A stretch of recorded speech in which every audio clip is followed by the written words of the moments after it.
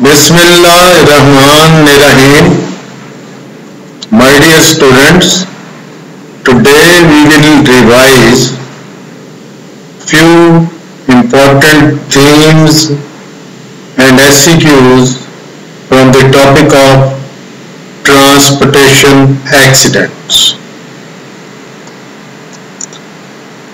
Transportation accidents are on the increase everywhere in the world, including Pakistan, with more vehicles on the roads. There are more accidents, more people are injured, more people die. Unfortunately, most of the people who become injured or who die in road traffic accident, they are young people, earning hands. So this puts additional pressure for the families. While investigating a case of accident, team consisting of 3 sets of experts is required. Forensic medical examiner who has to do medical legal certification in injured people and autopsy in the dead. Motor vehicle examiner has to find the faults in the vehicle. And the forensic science examiner, the forensic scientist will collect specimens from the scene of incident. Environment also plays its role in the causation of accidents. Bad weather, ill-maintained roads, and distractions like use of mobile phone, use of music while driving, they also play their role. Application of results of investigation has made the vehicle safer, but with all possible preventive measures taken, accidents can be decreased, but these cannot be got rid of altogether. Medico-legal aspects of road traffic accidents can be divided into causation of accidents, which we have just touched, criteria for medical certification of driver, type and pattern and distribution of injuries on the victims of road traffic accidents. Regarding causation of accidents, there are 3 areas of study: mechanical factors, environmental factors, and personal and human factor.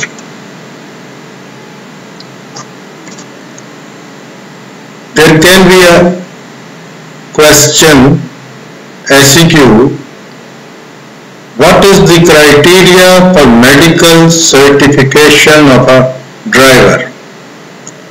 How will you examine and issue medical certificate of fitness to a person who has applied for driving license? Well, the Motor Vehicle Ordinance 1965 gives guidelines about this. For this, age for private vehicles, for driving private vehicles should be 18 years at least. For light public vehicles, minimum age is 21 years. For heavy vehicles, minimum age is 22 years. Both the sexes can have driving license. Ladies are considered safer drivers than men because they do not take risk, they don't go rash, like men. They may not be very competent drivers, but they are safe drivers. Then physical fitness has to be established. There should be no physical defect, all limbs intact. Medical fitness of the person should also be ensured, and he should be mentally fit as well. Addicts and epileptic patients are not considered fit for driving.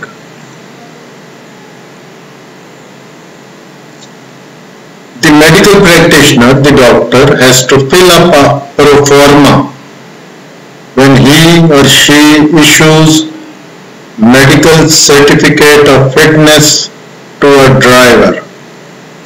A copy of this pro forma you can have a look in the book of Professor Nasib Awan. In this pro forma,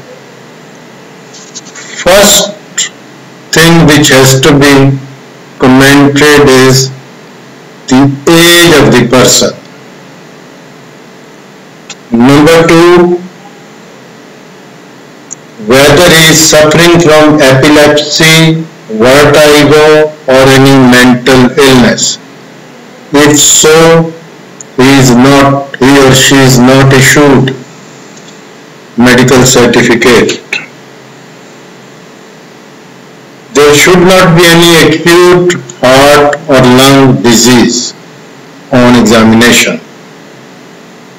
There should be no defect of vision. There should be no loss of hearing, no deafness.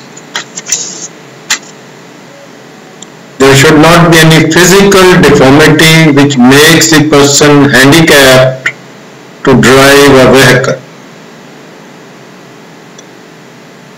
Addicts are not issued, they are not considered fit to drive a vehicle, so they are not issued medical certificate of fitness. Then you have to comment, is the person generally fit to drive a vehicle or not? After that, you sign it, you stamp it, you write your ID card number and you hand it over to the person who has applied for medical certificate. RMP must advise the people not to drive while they are under the effect of sedative, hypnotic drugs. Even if they are using anti-allergic drugs, they should not drive because these affect their reaction time. Next question can be, what are the injuries and what is the pattern of injuries to the victims of road traffic accidents? Impact injuries mostly occur in pedestrians. Acceleration injuries and deceleration injuries mostly in occupants of the vehicle, those people who are inside the vehicle. Damage to internal organs and cavities can occur in both the pedestrians and the occupants of the vehicle. What are the injuries, possible injuries to the occupants of the vehicle? Non-ejection injuries. If after the accident the occupant of the vehicle remained inside the vehicle,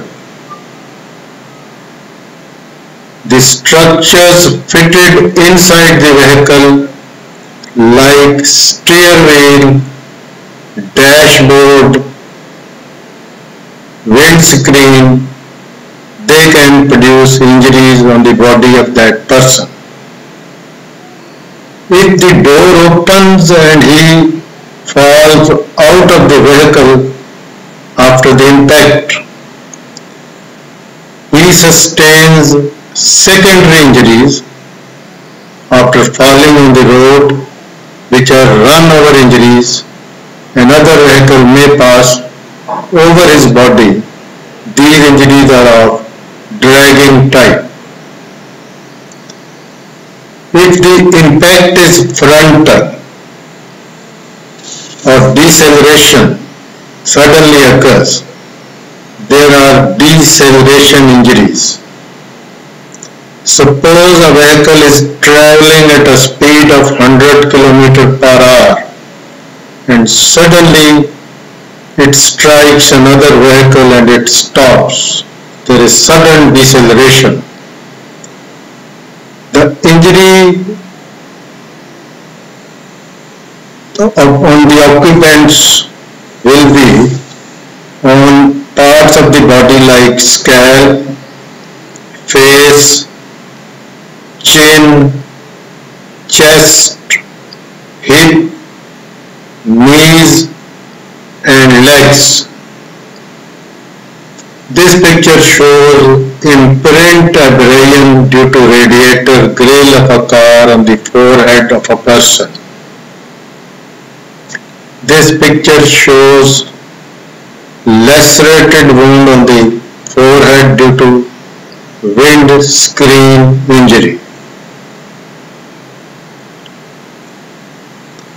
Rear impact injuries or acceleration injuries. The vehicle is either stationary or is moving in very slow speed. Suddenly it is hit from back from high speed vehicle. In this case, the occupants will sustain injuries on the neck, in the lumbar area and in the hip region.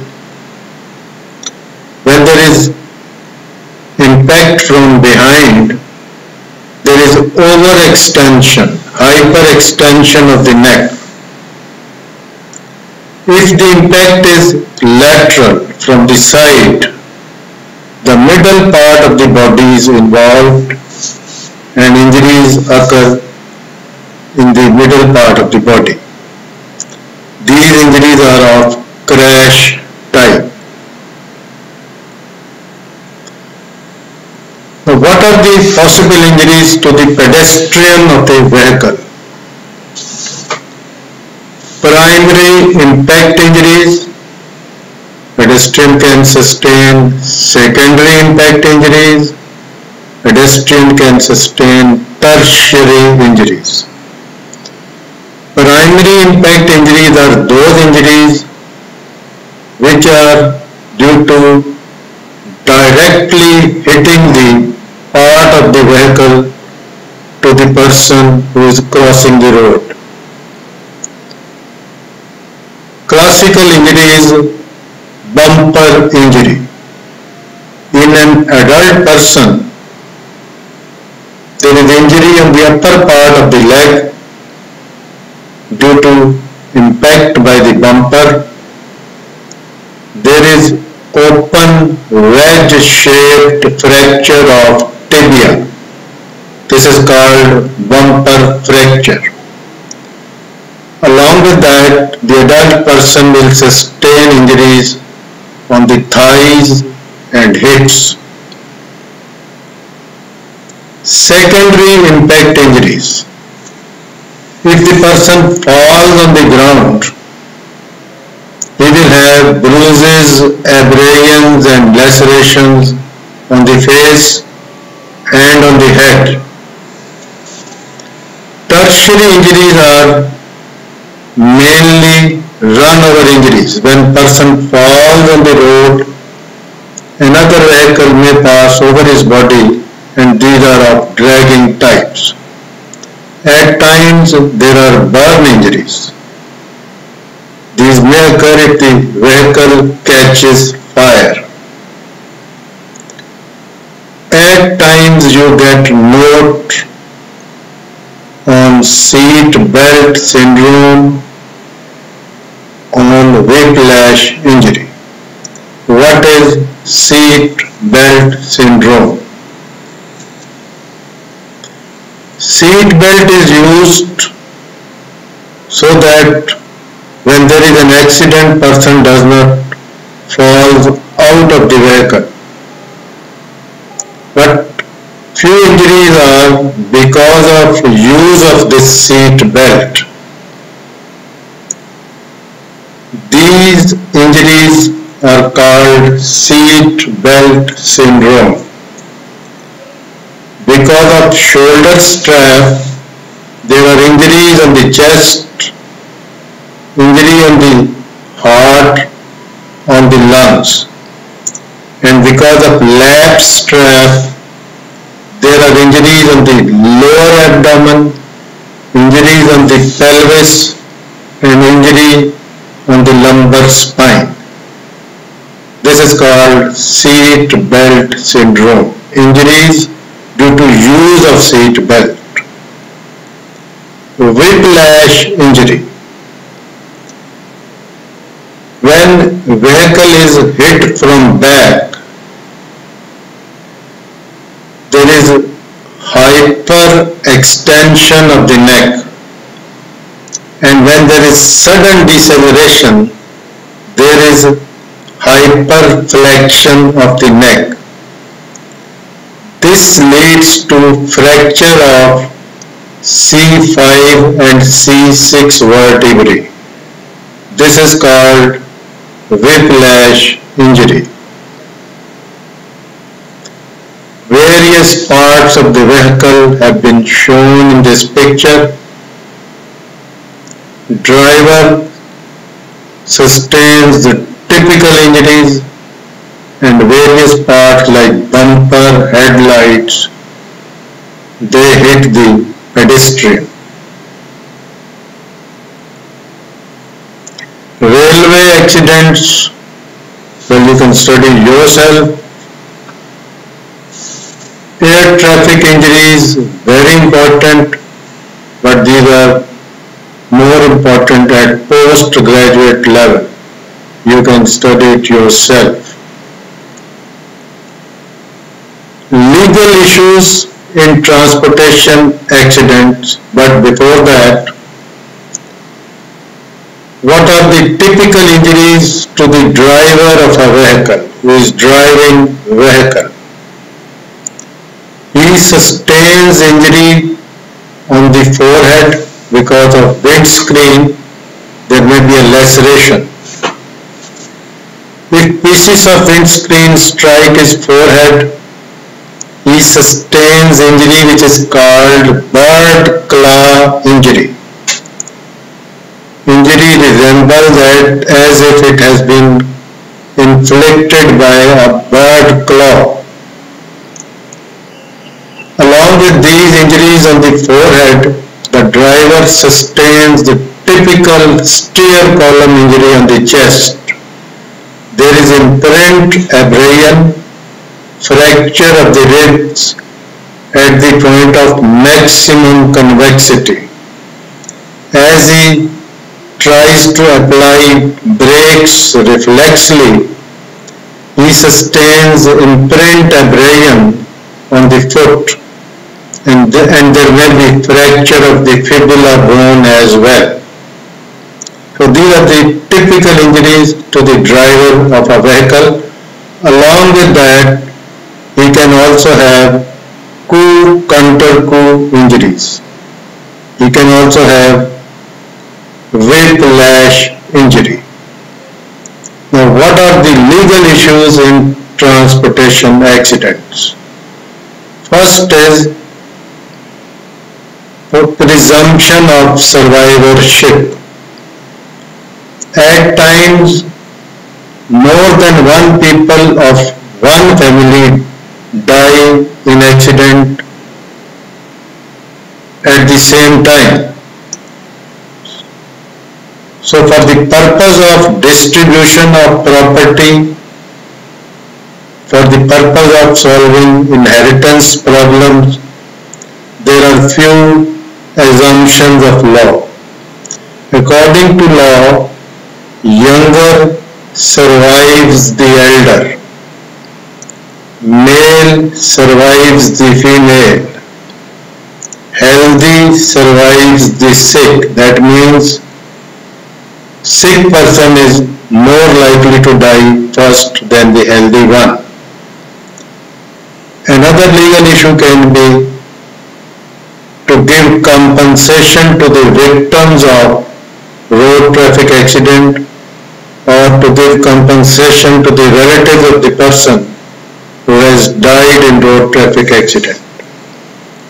We have discussed it in Qisas and Diyat law.